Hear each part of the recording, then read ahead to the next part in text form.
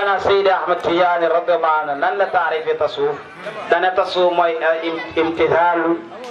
بالأوامر واجتناب عن النواهي بقرة في ظاهر وباطن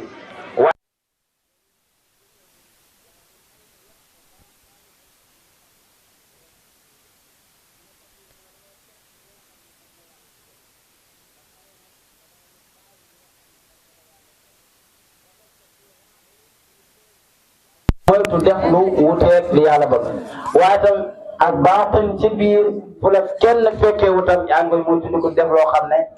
neex yàlla waaye nag lu koy defee min haytu yarda Allah fi nga yàlla bëggee waaye seetoo yow ni nga bëggee li nga bëggee mooy lan masalan yaa ngi koy def ngir diw daa am xam-xam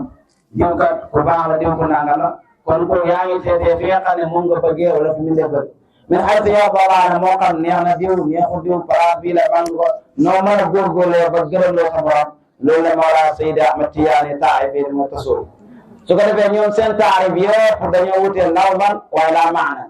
moo tax waaye ne law taarifu min arrijaali gayru allati aslaftuha fi lqaali waaye nag wa kullu raajiun ila mafhumi muttaqidi inda dawi lfuhumi te mooy wa huwa jamu shar'i walxaqiqa bi daa yafuuzu saadatu tariqa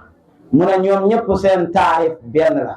moo di la nag moo di al jamu bayna shariati wal xaqiqa da ngay boole sharia bi leer bi yonent yàlla Muhammad sallallahu alayhi xaqiqa nekk ay maani yi déggee ci bi sharia moo tax ñu ne wali yàlla kooku laa yati bi shariati al jadida wa innama yati bil fahmi al jadid ñu ne nitu yàlla mënut a andi sharia bu bees li muy andi rek mooy déggin gi bees kon Mawlana Seydi Ahmad Tijaani fi mu rayee mboole mi ñooñu góoru tasawuf mooy déggin bi bees ak xam waxi yàlla ak xam waxi yonent yàlla Muhammad sallallahu alayhi wa sallam su ko defee karaamaatu Seydi Ahmad Tijaani mën nañu ci wax tuuti rek ci barkeelu waaye kenn mënu koo takk ci bëri at bokk na ci karaamaatam yi Mawlana Seydi Ahmad Tijaani radiyallahu anhu nettali na ne yonent yàlla Muhammad sallallahu alayhi wa sallam garanti na ko ci ay saxaaba karaamatan ak ci ngëneel ñoo xam ne dañu tollu alf min ar-rijal ñetti junne mu ne junne ba muy ñeent loolu boo ko doon xool tey dangay gis ne adduna bi yëpp bokk nañ ci xañ ne mu ne yàlla mu ne yonent yàlla Muhammad sallallahu alayhi wa sallam warul na ko ne dana am si ay taalibe yoo xam ne góor la lum néew noonu junne ci ay taalibe léegi benn junne soo ko jëlee boolante beneen junne muy ñaar boolante ak beneen junne mu nekk ñett nga jëlaat ko divisé ak ko ci biir junne kenn xamul àpp ba nu mu toll daa ala kulli xaal su fekkee jigéen la mu ne mi'at alf téeméer la jiital andi alf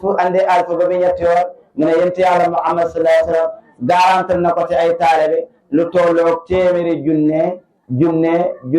ba mu ñett ci ay taalibe yoo xam ne jigéen la lim na ko ba ñett su fekkee góor la mu lim ko ba ñeent loolu yëpp kon da ngay dégg ne Mawlana Seydi Ahmad Tijaani yàlla garante na ko ne balaa àddina yonent garante na ko balaa àddina tukki ñëpp dañ nekk taalibe radiyallahu bokk na si ay karaamaatam itam ñu ne yonent yàlla Muhammad sallallahu alayhi wa sallam warlu na nga ne man Ahmad Tijaani radiyallahu anhu duma mas a ñàkk samay njaboot ak seeni njaboot duñ mas a ñàkk moo tax Seydi Ahmad Tijaani sëriñ bu riis la woon donte ne ñoom àdduna taxul leen jóg waaye seen soxla yi daawutoon masa sak loolu karaama la boo xam ne yàlla yenentu la yàlla waxyul ne yenent ne Seydi Ahmad Tijaani radiyallahu anhu du nekk mukk ku ñàkk njabootam du ñàkk sëtam yi du ñàkk sët ya nag amut sët boo xam ne bu góor la bu jigéen bu ñëpp loolu nee ñu boo ko vérifié woon balaa ngaa xam nga dem ba ay moment yi demaat fa faas ne képp koo xam ne bokk na si deretu Seydi Ahmad Tijaani ay moment yaa ko gën a riis bokk na si karaamaatam yi nga xam ne ñoo gën a siiw si jamono ba nga xam ne Seydi Mawlana Muhammad Mishri ba mu koy wax si téereem bu ñuy wax Mashaahid dafa bakk karaama boobu sax tuddee ko ay tur banaan wa min karaamaati radiyallahu anhu al-kubra allati shaa'at fi al-aqtaar wa saghara fi al-bawaadi wal qura wal amsaar wala ne karaama la boo xam ne daal képp ko am nopp daal ko dégg nga ko mooy lan mooy li ko yonent yàlla Muhammad sallallahu alayhi wa sallam na ko képp koo xam ne gis na sa cëlmaay ci bisu altine ak bisu ajuma yaramam xaraam na safara dana dugg àjjana bila xisaabin wala iqaab kenn du ko réglé kenn du ko mbugal te loolu nee nañu karaama boobu dafay rogaat ba si ay xulafa moo tax képp ko xalifa Seydi Ahmad Tijaani Cheikh Tijaani radiyallahu anhu solal na la mbubbum képp ko gis sa cëlmaay ci bisu altine ak bisu ajuma sa yaram xaraam na safara sawaa'un nag loo mën a def Cheikh Tijaani shafaa la ndax bokk na si karaamaatam radiyallahu anhu mooy képp koo xam ne jamono ante na ak moom muy Cheikh Tijaani nee nañu keroog yawmal qiyaama dana la ram maanaam képp koo xam ne bokk nga Cheikh Tijaani jamono ba pare nekk jullit yawmal qiyaama doo dugg safara mooy Cheikh Tijaani dawa loolu nag benn karaama boobu ulama yi nee nañu Cheikh Tijaani rek radiyallahu anhu moom lañ mas a dégg karaama bu benn ñu ne sa ñoon jamono yëpp ramu nga leen sawaaw ta taalibe wala du taalibe kon barke dund ak Mawlana Seydi Ahmad Tijaani sax barke bu sa nekk kenn xamuñu tool ndax képp ku jamonoante yow la nga ramu ko mu mucc si safara loolu mooy wane barke moo tax waaye ne bi barakaatu sirrihi wa umrihi loolu lu tax mu am mooy barakaatu mbuutu Cheikh Tijaani dafay rogaat ndaxte mooy waqad sara sirruhu min ba'di fil xulafa mbootam dafay daal di rogaat ci ñi nga xam ne ñuy xulafa yi kon mbootam boobu di rogaat jamono yu ne looloo tax Cheikh Tijaani mën a ramu ci ñi nga xam ne dañoo jamono ante moom ak nuñ mën a toll loolu nee nañu nasu boobu yonent ba ko wax sallallahu alayhi wa sallam da ko wax na ko